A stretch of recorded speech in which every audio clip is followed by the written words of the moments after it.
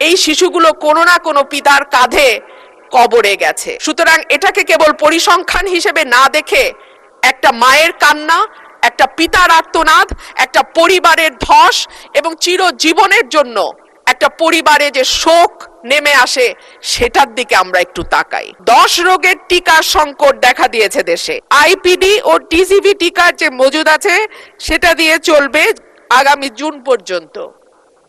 এরপরে কি হবে? এই যে আমরা যে পরিসংখ্যানগুলো দিচ্ছি মাননীয় স্পিকার, এই শিশুগুলো কোনো না কোনো পিতার কাঁধে কবরে গেছে। সুতরাং এটাকে কেবল পরিসংখ্যান হিসেবে না দেখে একটা মায়ের কান্না, একটা পিতার আর্তনাদ, একটা পরিবারের ধস এবং চিরজীবনের জন্য একটা পরিবারে যে শোক নেমে আসে সেটার দিকে আমরা একটু তাকাই।